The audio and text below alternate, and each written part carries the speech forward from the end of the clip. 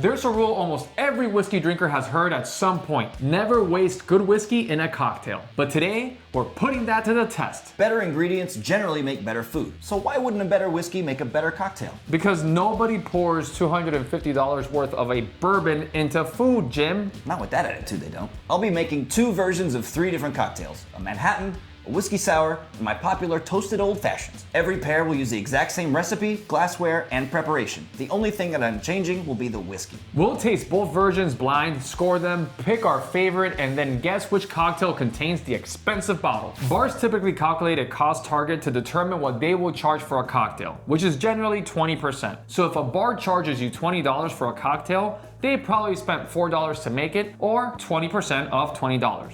That is how math works. We'll use that same approach to identify how much these cocktails will cost you if you ordered them at your local bar. Will they be worth the money? Let's find out. We're kicking things off with a simple and delicious Manhattan. To make this, you'll need orange bitters, Colchi vermouth, which is a sweet Italian vermouth, orange for orange peel, Luxardo cherries, a mixing glass, a bar spoon, a strainer for your mixing glass, citrus peeler, and then 2, ideally Nick and Nora glasses, but really anything that's kind of this up-style cocktail serving glass is gonna work fine. Now before I get started making the cocktail, I am gonna put these in the freezer so that they actually chill well enough to use in the final drink, because this drink does not include ice in the glass. So first up, we're gonna add 2 ounces of whiskey. Next, we're gonna do 2 dashes of orange bitters. As always, I like the Regans. After that, we're gonna add 1 ounce of the Colchi Sweet Italian Red Vermouth. Next, add what the technical bartending manuals like to refer to as lots of ice. For me personally, I tend to do about twice as much ice to the amount of liquid that I have in there.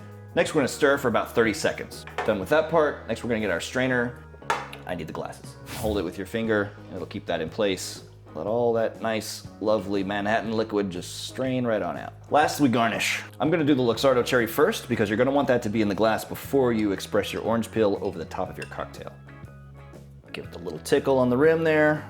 There you go, finished Manhattan. For our Manhattan, we'll be using Bulleit Rye as our affordable bottle, and the expensive bottle is Garrison Brothers Sonora. Bulleit Rye is a 90 proof straight rye whiskey known for vanilla, honey, oak, and plenty of rye spice. It generally sells for under $25 and has been a dependable Manhattan whiskey for years. We estimate the cost of the Manhattan with the Bulleit Rye to be around $3.13, meaning that the final price on the menu would be $16. Sonora is a much more unusual bottle. It starts as Garrison Brothers Texas Straight Bourbon aged for 4 years in New American Oak. Then that bourbon is transferred into rye whiskey barrels for another 3 years. It's 7 years old in total, bottled at 108 proof, and costs about $160. This bad boy will bring up the cost of the Manhattan to $14.17, which would make the final menu price a whopping $71. This is not technically rye versus rye, but both whiskeys provide notes that should pair beautifully with the ingredients of a Manhattan. Bulleit should give us more of a traditional rye Manhattan with clear spice and dryness, and the Sonora could produce something richer, sweeter, oakier, and much more Texas forward. All right, diving in on glass number 1, let's see what Eddie thinks of this Manhattan. Man, if this is anything as good as your toasted old fashioned,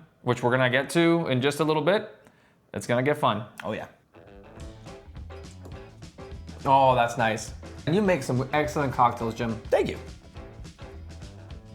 That's pretty straight up and down Manhattan to me. Yeah, I find it very enjoyable. It does seem like it's a little bit more muted, but I don't know if I'm gonna get something drastically different with the Sonora, given the Sonora is technically still a bourbon. Right, I mean, if you keep in mind that one of these is like a $16 cocktail and the other one is a $70 cocktail, I mean, one of these should kind of knock my socks off, right?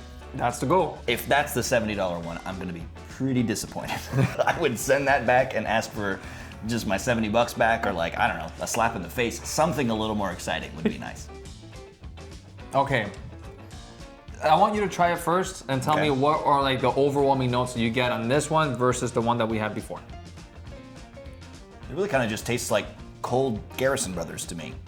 Okay. That cold kind of chocolatey, wheaty Texas funk note in there is very present. So the first thing that I got from that, once I tried it in the Manhattan, was chocolate. I didn't know which one was which, but if you feel so confident that it's the Garrison Brothers, then we'll go with that route, because you're a big fan of Garrison Brothers. You know them a little bit more than I do. I am a huge fan of Garrison Brothers. Like, if this is the $16 cocktail, holy crap, incredible. That's kind of a disappointing $16 cocktail. Yeah.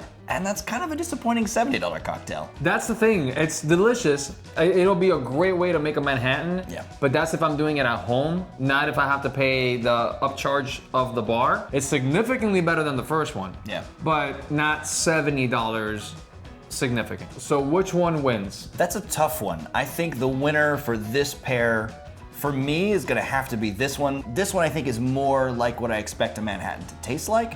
So I was kind of on the fence. Maybe in some ways I'm saying this one's actually better because it does the Manhattan thing. It's definitely more traditional. The first one that we tried is more traditional. The second one is a little untraditional, but I like that about it. I feel like it gives you a little bit more complexity. It gives you a little bit more notes. Maybe adding a couple of dashes of chocolate bitters, it would have given it like a completely different spin, and it would have really elevated those chocolate notes from the Garrison brothers, if that is indeed that one. But I do agree. I think that if we're gonna have to say winner in terms of value and price and overall experience trying it, I would say that the first one is probably gonna be a winner. It's not a better tasting Manhattan for me, but it's definitely right where a $14 Manhattan should be versus $70 plus dollars. The value is more sort of commensurate with what you're getting in the glass. All right, so here are the big reveals. The first one is, in fact, Bulleit.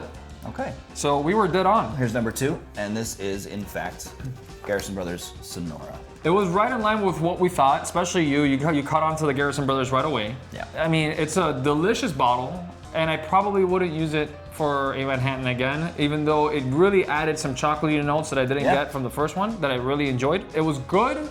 It's not $70 good in my opinion. Definitely not $70 good. I mean, if you have a bottle of this and you like a Manhattan, I mean, it could be worth an experiment. It's just not doing the things that I want it to do for being such a nice whiskey. If I was gonna do one of these just myself at home, I would probably use something nicer than a Bulleit. Probably not something as nice as a Garrison Brothers Sonora. Before Jim puts us in another whiskey cocktail euphoria, there are a few ways you can help support the channel. Head over to barrelhunters.com where you'll find our very first barrel pick, a Dark Arts 9-year bourbon finished in Napa Valley Cabernet Sauvignon barrels, which is great neat and in elevated cocktails like the ones we're drinking today. You'll also find our Barrel Hunters merch in our online bottle shop featuring a curated selection of whiskeys that we think are worth trying. And hey, if you want to drink along with us, instead of just watching, join our Patreon community. We host virtual whiskey tastings where members can hop on camera, hang out, and share a few pours with us and our special guests. This month's guest will be Sarah from It's Bourbon Night and Dark Arts, which should be a ton of fun. Members also receive access to our private Discord, extra videos, and a bunch of additional perks. All of those links are at barrelhunters.com.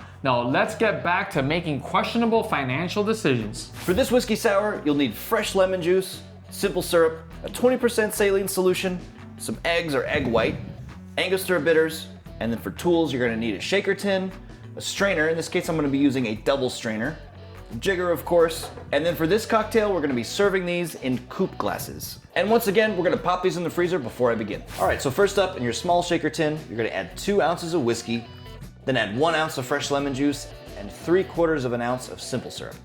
Separate 1 egg and add just the egg whites to your shaker. You can discard the yolk, or you can just use egg whites that come in a carton, pretty easy to use. Finally, add about 2 to 3 drops of the 20% saline solution. Salt, like a saline solution, is gonna help suppress some of the bitter notes and make the other flavors seem a little more vivid. So really it works just like it does in food, but in a cocktail, it's a very wonderful inclusion on a cocktail that uses any kind of a citrus, like a lemon or a lime juice, things like that. We're gonna reverse dry shake this cocktail. So go ahead and add a scoop or a big handful of ice to your tin, then close it and shake everything for about 15 seconds.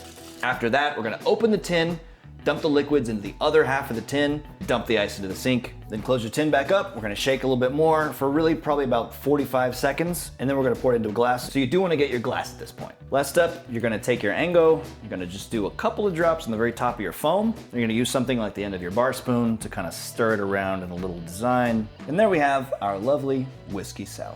Our next matchup might be the purest test of price in the entire video. We have Widow Jane the Vault's 15-year against Very Old Barton 100 proof. Very Old Barton is a Kentucky straight bourbon produced by Barton 1792 distillery that is bottled at 100 proof and can often be found for around $15 to $20. The Very Old Barton whiskey sour will cost roughly $2.48 to make and would sell for $13.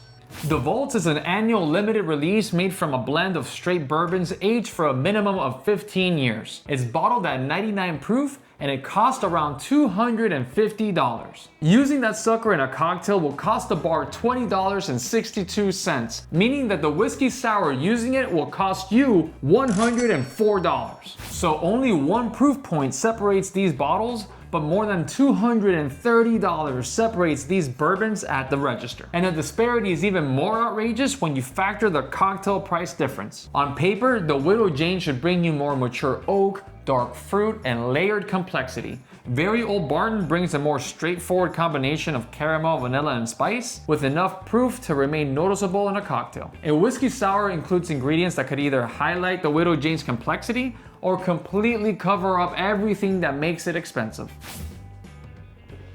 That's a solid rip. I like that. You made it extra foamy, Jim. This is beautiful. That one did come out, had a little extra zhuzh to it. I don't really know what that magic was. Oh my goodness. Yeah. Jim, this tastes like lemonade for adults. For real. This is one of my favorite whiskey sours that I've had. Wow. And honestly, it kind of reminds me a little bit more of a lemon drop because it's really lemony and it puckers my lips in all the best ways. I do feel like maybe the whiskey is kind of getting out of the way more than I expected to. I mean, this is still a very spirit-forward cocktail. And although I agree, it's very delicious, I think I expected the whiskey to be a little bit more present. It's delicious. It's still very good. But I don't really taste the whiskey. So if this is Very Old Barton, great. You got yourself a very cheap, affordable whiskey sour. If this is the Volts, then that is a pretty big waste of money in one glass right there. Yowza. Shall we check out glass number 2 then? Please, go for it. All right, here we go. Huh. Okay. Is that good or bad? I don't know. I don't know either. I think if you told me that was the same cocktail with the same stuff in it, I would believe you. I really expected one of these would taste in some way different from the other, but they actually really both taste kind of the same. There might be a slight bit more of like a, I don't know, like a smoky thing in this one. I feel like the lemon and the ingredients in this one don't call for something to be expensive because they're both very, very similar. The second one that we tried gave me maybe a little bit more proof in there. And I did get a little bit more of like a little oaky thing going on. I would say this one drinks a little bit more sweet, a little bit more bright. There's something happening in this one that is a little bit more kind of spicy, mature, kind of, it's a little bit more subdued in some ways, but also a little bit like darker flavored. I'll be surprised if the second one is Very Old Barton because I'm getting a little bit more notes in that one. The second one just seems a little bit more well-rounded to me. Absolutely. Like if I had to characterize these two, this is like the whiskey sour that you want to have like on a Sunday brunch, hanging out with your gal pals, and this is like a Cowboys whiskey sour. So which one do you think is the more expensive one? Because there's a massive disparity, more in this one than in any other one that we're doing, where you have a $13 cocktail versus a cocktail that is $104. I don't think either of these is worth $104, to be totally clear. This one, if this is the Very Old Barton, which I think it is, just based on kind of the subtlety of the whiskey notes that I'm getting in there, that's a hell of a $13 cocktail. I prefer the flavors that are in this one, but looking at the value portion of this, looking at the price portion of this, there's really no contest. I enjoyed the second one more. I think that the second one had a lot of really good flavors, more so than the first one. But I don't care which one is $104, it's not worth it. Absolutely true. If you're in a restaurant and you're gonna get yourself a whiskey sour in particular, that is something that's gonna have a lot of more lemony notes, it's gonna have a little bit more sweetness, it's gonna have the egg, hopefully, to like kind of just balance out the little foam on the top. If you have all that combined, you don't need an expensive whiskey. On that note, hit us. Let's see. Glass number 1 is a Very Old Barton. There you go. So far, 2 for 2. We've got 2 very solid, cheaper whiskey cocktails that really hold up exceptionally well to the more expensive version. Last but not least, we have the classic, the standard bearer, the cocktail of all cocktails, the Grand Poobah, the old-fashioned. Now, we already made an entire video showing you exactly how to make my toasted old-fashioned. You can click the card above or use the link at the end of this video to watch it after you're done with this one. We're using that exact same recipe today. It's my favorite cocktail to make, and I highly recommend you guys give it a try.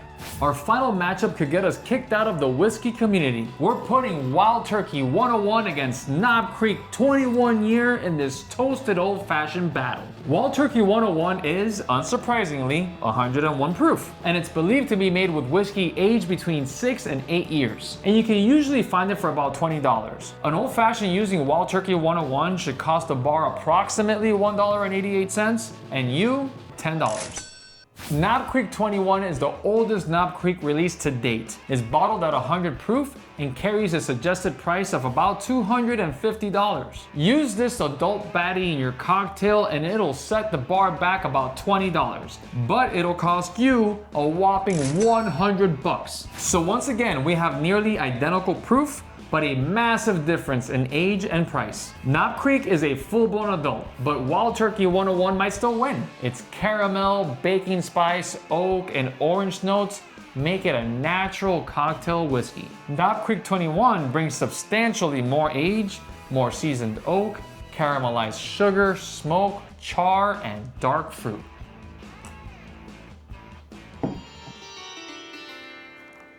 Jim. Good stuff. Oh my. Okay. Ooh, yeah.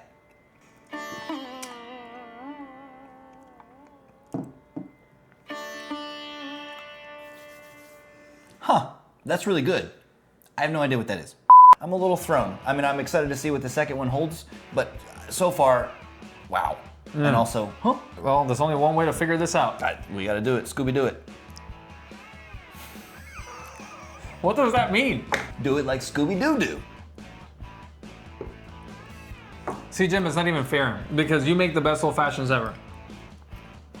This one's a little flatter, more sweet, less kind of other things. It's a very basic old fashioned. I really sincerely hope that that is not the Knob Creek 21. But even if that's the Knob Creek 21, it's not looking good for pricey cocktails. Wow, okay.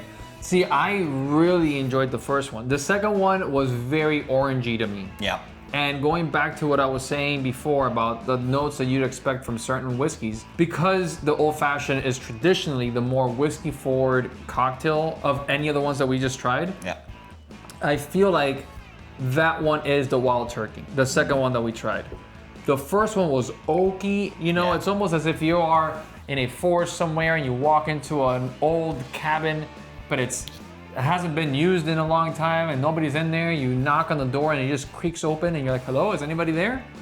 And you just wander in. It's dusty, it's a little murky. And there are 3 different porridges. One is hot, the other one's cold, the other one's just right. I feel like this is exactly the smell that you walk into when you walk into that cabin. That is the just right one. I mean, of the two, this one is 100% the more balanced, the more sort of satisfying, enjoyable cocktail. If this was a $10 old fashioned, holy crap, the best $10 old fashioned in the world. The first one that we tried was the winner. Yep. But I would not pay $100 for it. Absolutely not. I would much rather go with something that's like a Jack Daniel's Heritage, for example. I feel like that it's like the perfect balance of flavor and price, more so than either of these two. Absolutely. I mean, none of those old fashions that we tried in that episode exceeded $100. Just making a cocktail for yourself at home, you know, experimentation, absolutely. I'm all for it. But when you're talking about whiskeys that are this expensive, whichever one of these is a Knob Creek 21, you're better off just sipping that thing neat, maybe a touch of water. I'm really not a fan of an ice cube for something that expensive, like you're gonna mute so many of those flavors, and it's kind of the same experience here for me. All right, so number 1 is in fact Knob Creek 21. Thank goodness. Number 2 is in fact the Wild Turkey 101. That was a very interesting experiment, Jim. It was. I don't think using good whiskey in a cocktail automatically wastes it. A well-made cocktail can showcase flavors in a whiskey that you might not notice neat. But if you do choose an expensive bottle, do so because its specific flavor adds something to the recipe, not simply because the price tag says it's better. Now we want to hear from you. What is the most expensive whiskey that you'd be willing to use in a cocktail? Drop your answers in the comments below. And don't forget to visit barrelhunters.com for our barrel pick, merch, bottle shop, and Patreon community. Until next time, cheers.